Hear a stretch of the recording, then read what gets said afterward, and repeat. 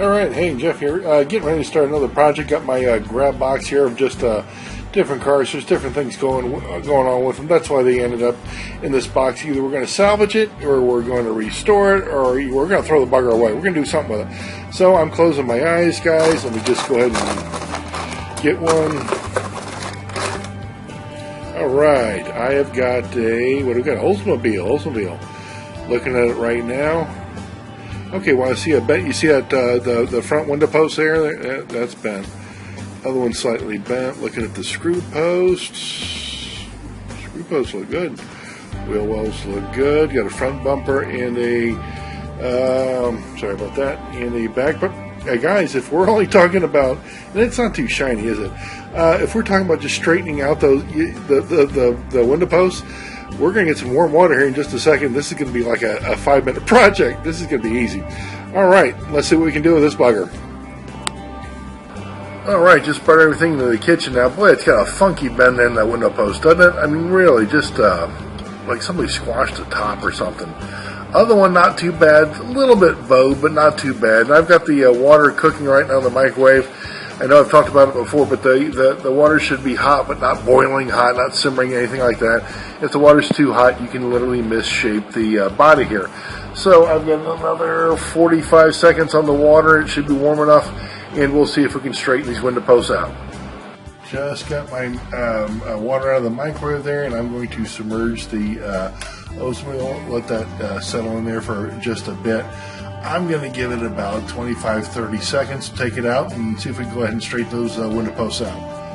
Alright, hey, listen, I'm going to fish that bugger out of there. It's been plenty long enough. Let me go ahead and get that out of there. And what I do is I've got the X-Acto knife here, and what I'm going to do is I'm just going to push, just like that window post right back, and I've got my thumb on the other one. I know it's not the easiest thing in the world to see, guys, but I've got it pushed in right there. Let me give it just a sec. Okay. Taking a look at them, a little bit better. I tell you what, I'm going to dunk it one more time. We're going to do the same procedure, and that should be all straightened out.